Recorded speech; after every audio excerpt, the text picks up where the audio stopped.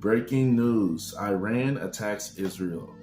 Now, this is very significant to the Christian because we know that Israel will be at war and conflict with the surrounding Islamic countries such as Russia, Iran, Iraq, Syria, Hezbollah, Yemen, right? And then the Antichrist will step in and make a 7-year peace treaty with Israel, and he will allow them to do animal sacrifices again, which hasn't been done in 2,000 years. But did you know that right now, Israel, the Jews, have 5 red heifers in Israel that they're ready to sacrifice now? So this is all like, it's setting the stage up for this.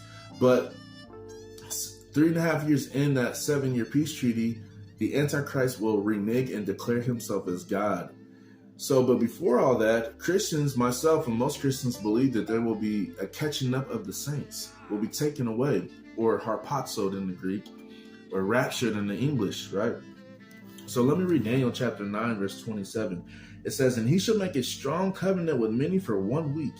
And that's 7 years. Each day represents a year. "And for half of the week, he shall put an end to sacrifice and offering."